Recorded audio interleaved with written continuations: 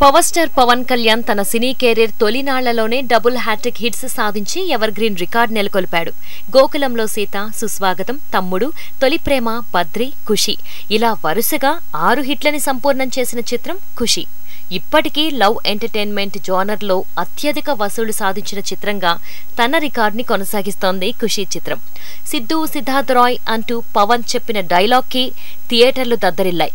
అమ్మాయే సన్నగా అరనవ్వే నవ్వగా అనే పాటకి కుర్రకారు ఉర్రూతెలుగుపోయారు. హీరోయిన్ భూమిక నడుము గురించి చిత్రీకరించిన సన్నివేశంలో పవన్ నటనకు సినీ విమర్శకులు కూడా హ్యాట్స్ ఆఫ్ చెప్పారు.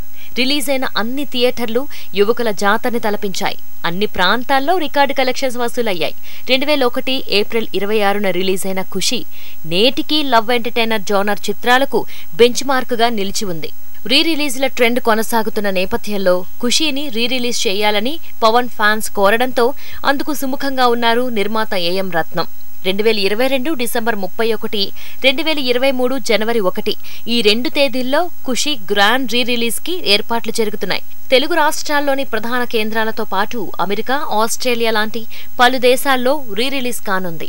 4K రిజల్యూషన్లో అప్గ్రేడ్ చేసి 2022 year ending and 2023 new year gift గా రాబోతోంది ఖుషి. రీరిలీజ్లలో ఖుషి ఇంకెలాంటి సెన్సేషన్ ని క్రియేట్ చేయనుందో చూడాలి మరి.